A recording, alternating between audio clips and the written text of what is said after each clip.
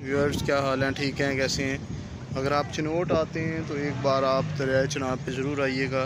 ये दरिया चनाब का पुल है जी। वो सामने पहाड़ियाँ हैं, वो सामने मस्जिद है बहुत ज़बरदस्त। ये देखें व्यू है, और पानी बहुत ज़्यादा आया हुआ है। ये देखें बहुत ज़्यादा पानी आया हुआ है दरिया चनाब में। लोग अपनी फैमिलियों के साथ इंजॉय करने के लिए यहाँ पे आए हुए हैं, घूम फिर रहे हैं। ये देखें कश्तियों में लोग बैठे हुए हैं, इंजॉय कर रहे हैं।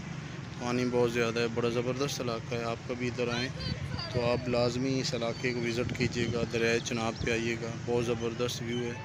ये देखें।